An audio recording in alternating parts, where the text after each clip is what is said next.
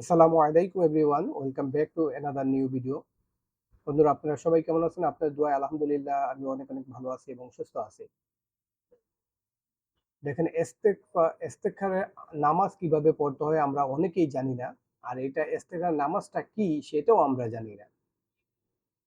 এটা হলো আল্লাহ তাআলার সাথে বান্দার কথোপকথন।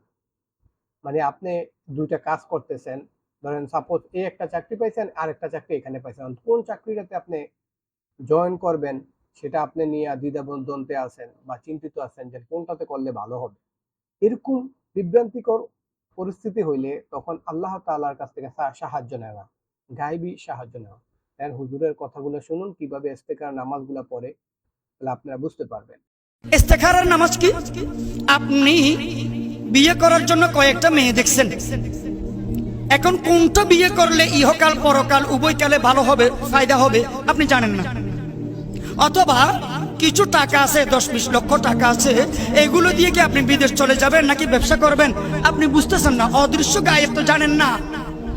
3-4টা চাকরি আসছে, কোনটা ছেড়ে কোনটা করবেন আপনি টেনশনে পড়ে গেছেন।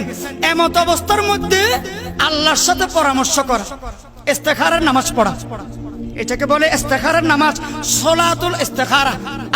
আল্লাহ তাআলা থেকে সিদ্ধান্ত নেওয়া। এটার পদ্ধতি কি? আপনি যেই জায়গার মধ্যে ঘুমান ওই জায়গা পরিষ্কার পবিত্র করে প্রতিদিন নাইটে ঘুমানোর আগে কিবলামুখী হয়ে 2 রাকাত ইস্তেখারার নামাজ পড়বেন। আমি কিবলামুখী হয়ে 2 রাকাত সলাতুল ইস্তেখারা বা ইস্তেখারার নামাজ আদায় করতেছি, যে কোনো সূরা দিয়ে সালাম ফিরানোর পরে আপনি একটা দোয়া আছে, দোয়াটা মুখস্থ পারলে পড়বেন, না পারলে দেখে দেখে দোয়ার বই থেকে পড়বেন। আল্লাহুম্মা ইন্নী আস্তাগফিরুকা বিইলমিকা ওয়া আস্তাকদিরুকা বিকুদরাতিকা ওয়া আসআলুকা মিন ফাদলিকাল আযীম ফা ইন্নাকা তাকদিরু ওয়া লা আকদিরু ওয়া তা'লামু ওয়া লা আ'লামু ওয়া আনতা আল্লামুল গুয়ুব ইলা আখির। এই দোয়াটা পাঠ করবেন। বাংলার মধ্যেও আপনি আপনার দরখাস্তগুলো আল্লাহ দরবারে বলবেন। 7 দিন পর্যন্ত এই আমলটা করবেন। 7 দিনের ভিতরে আল্লাহ তাআলা আপনাকে স্বপ্নের মাধ্যমে জানাই দিবেন, এটা করো, এটা করলে ভালো হবে। সুবহানাল্লাহ বলেন। জানাই দিবে আল্লাহ তাআলা স্বপ্নের মাধ্যমে।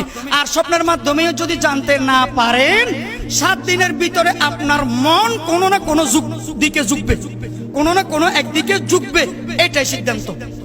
এটাও যদি না আসে, মন কোনো দিকে ঝুঁকে না, স্বপ্নের মধ্যেও দেখতেছেন না, এরকম কোনো সিদ্ধান্ত পাচ্ছেন না, 7 দিন পরে আপনার যেটা মন চায় সেটা করতে পারবেন। আপনার স্বাধীনতা আল্লাহ তাআলা সেখানে বরকত নাজিল করে দিবেন। সুবহানাল্লাহ।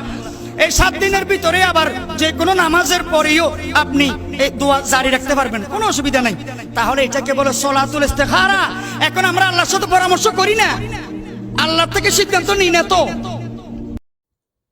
বন্ধুরা, দেখছেন আপনারা ভিডিওটা, সম্পূর্ণ ভিডিওটা আশা করি শুনছেন, মানে ইস্তেখারের নামাজ কিভাবে পড়তে হয় এবং আল্লাহ তাআলার থেকে কিভাবে সিদ্ধান্ত নিতে হয়। সম্পূর্ণ সবাই ভালো থাকবেন, সুস্থ থাকবেন। আল্লাহ হাফেজ। আসসালামু আলাইকুম ওয়া রাহমাতুল্লাহ।